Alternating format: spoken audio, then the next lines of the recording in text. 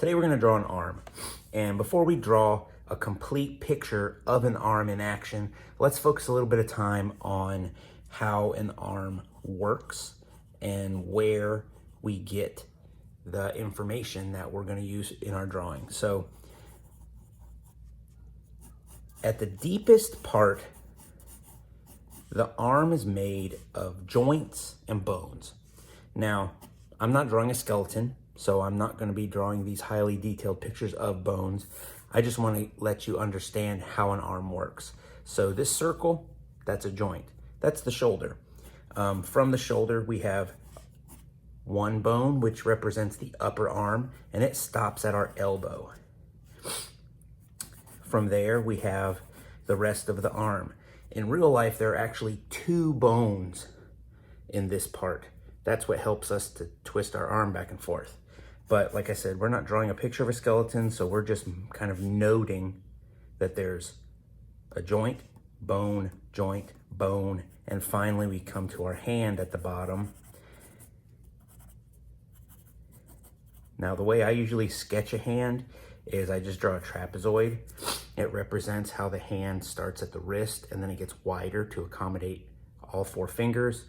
And I like how this trapezoid also allows me, I put the thumb on the side and I can put the fingers on the top.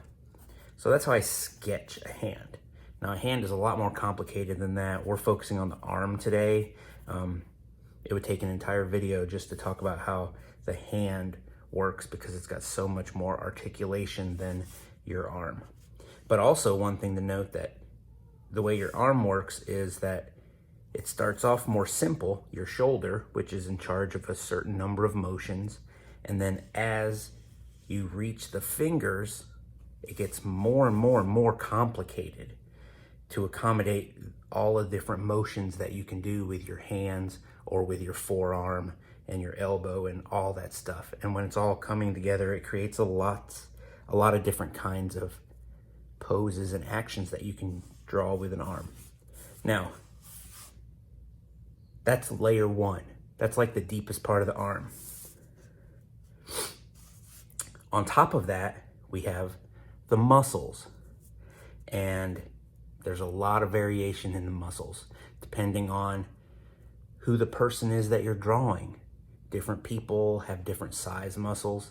They have different definition in their muscles. Some muscles you'll be able to see a lot more clearly on some people and not very much at all in other people. So it depends a lot on who you're drawing and what pose they're doing, because in certain poses, the muscles aren't as visible as they would be in a different pose. So let's see, we're gonna put our skeleton back in, but we're gonna do it real quick this time. So shoulder, arm, elbow, the rest of the arm, and hand. And that's normally all I would draw when I was sketching. And I'd put it in whatever pose I was doing. But for the muscles, we have our shoulder muscles, which would be our deltoid. And it's a pretty big muscle because it controls a few different motions. It controls your arm swinging forward. It can control your arm pulling back. It can control your arm coming out to the side. So it's actually this way, and this way. And it has muscles that pull each direction. And so it's pretty large. And this part is what pulls it that way. This part is what pulls it this way. And then this part is what pulls it towards you. So usually that just looks really round. And they attach kind of in the middle. Usually we don't see where it attaches though, because the skin covers up a lot of that, as do sleeves on our shirt. From here, we have the tricep, which is in the back of the arm, and the bicep, which is in the front of the arm. Now, these are the muscles that if you're drawing a superhero, usually people make them really big and round. I like to draw them kind of like as if they're doing their job. So this arm's straight, so this muscle is going pretty much straight to the elbow. Its job is to pull your arm to bend the elbow this way. So that's what this muscle does. Your tricep does the opposite. It pulls your arm this way. Now, you don't really bend backwards, but like if your arm was bent and you were trying to lift up something heavy, If my arm was this way and I was trying to lift up something heavy off the ground, I'd use my tricep to go, ugh, and pull that up there. And that arm is, or that muscle is kind of shorter. There's a long tendon here that connects it to the elbow. And that's what makes this part right here. So lots of people, if you look at their arm, especially when they're straightened out, you can sometimes see this muscle right here when it's straight. And usually when it bends, it lengthens and you don't see it as much. Now, because we have two bones here, the forearm muscles are a little bit more complicated because they control lots of different motions. So, but typically it's bigger at the top and then it thins out towards the wrist because there are muscles back here, there are muscles up here, there's a muscle right across here, but usually we don't see all those muscles because, again, of the skin, unless you're doing something very strenuous and you can kind of see a little bit of the motion and you could probably even feel it. See right there? So those muscles, they move to do their jobs, but because of your skin, you don't really see them very much. And then we finally get to the hand. And again, we'd probably have to do another video about hands because they're so complicated. They have lots of different parts and lots of different tendons and ligaments and things in there that are pulling the fingers to do different jobs. So that's the basics. Shoulder muscle, tricep, bicep, your forearm muscles. There's this tendon back here. And basically whatever kind of motion you're doing with the arm, whether it's bending this way or if it's throwing something, the way that the muscles are being pulled is going to affect whether a muscle is rounder and shorter or if it's longer because it's stretched out. So let's use this information and we're going to draw a picture of some arms doing something. So now we're going to draw some arms in action. And we're going to do that by using each level, starting with the bones, then the muscles, and then the details. So the only difference between drawing an arm in action is that it is doing something. That doesn't necessarily mean that it is, fighting supervillains or, swinging a baseball bat. In action just means that it's moving. So it's just not straight. In action could be your arm swinging while you're walking peacefully down the street. So inaction just means movement. So what we're going to do is we're going to have one arm reaching down to help another arm up. And what we have here is we have one arm reaching down. Those are the bones, sketched it in pretty quickly. And then here is the arm reaching up for help.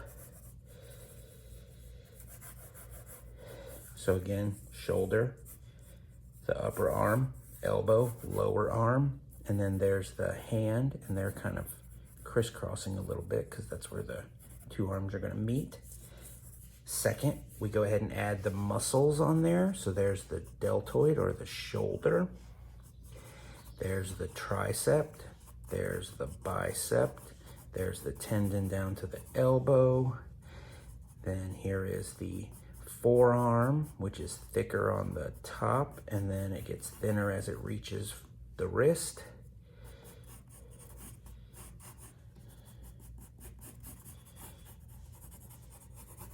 And then as you can see, I just went up and made adjustments. So that's why we sketch it in really quickly, because we can make any adjustments that we want while we're sketching it in before we put all those details in it.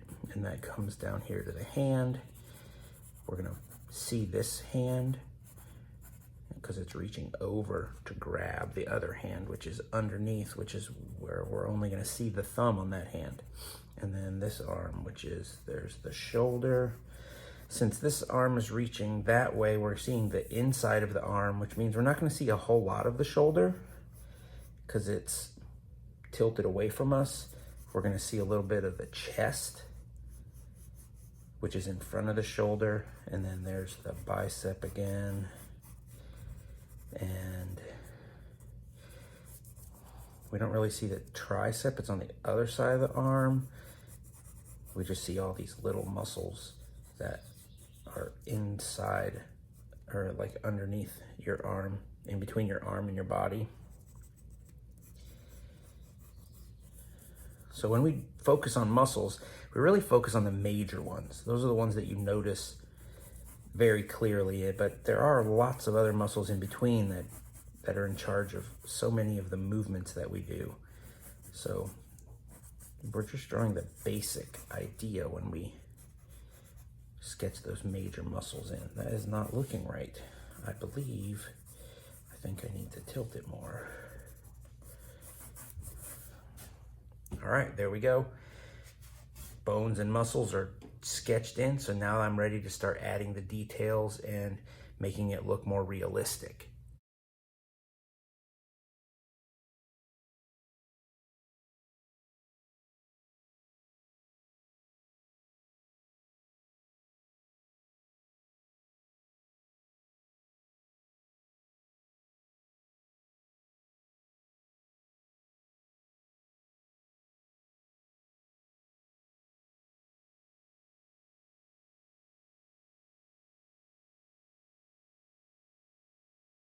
So here we have our picture of arms. It kind of sounds weird saying that out loud, but that's basically what we have. We took a picture of arms, tried to give them a pose that was that illustrated the way the muscles work, but also, like, I feel like this pose of somebody reaching down to grab somebody's hand to help them up also has a little bit of meaning in it. You can see that towards the end, shading is an important part of the picture, and what I did was I blocked off the darkest value and I hatched that in, and then I started hatching in the kind of a middle tone, which filled in some of the spaces between the white and the dark. And then I even used a little bit of pencil to blend in, just to give that the white within the hatching a little bit duller of a look, so that the whites are white and then the darks are darker, but there isn't this bright white shining through the hatched in areas.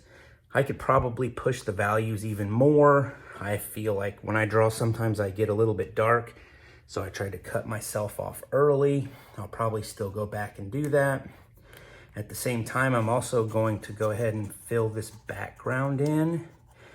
Sometimes it's nice to just, give the sense of a background, but maybe not do anything so complicated that it distracts from the image, which is compositionally pretty simple. So I wanted to put something in there that filled the rest of the space, but wasn't so distracting that it pulled attention away from the idea.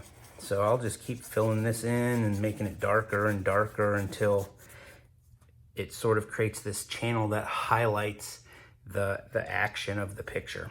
So there you go. I hope you learned a little bit about how arms work, starting with the bones, then the muscles, and then the details. And remember that you can use this technique to draw any type of motion with the arm in any kind of pose, doing any type of activity. So it doesn't have to be this. It could be your own idea, you could draw your favorite sport if you'd like, or your favorite activity. So I hope you like that. Hope you come back and check some more videos out in the future, and I will see you next time. Bye.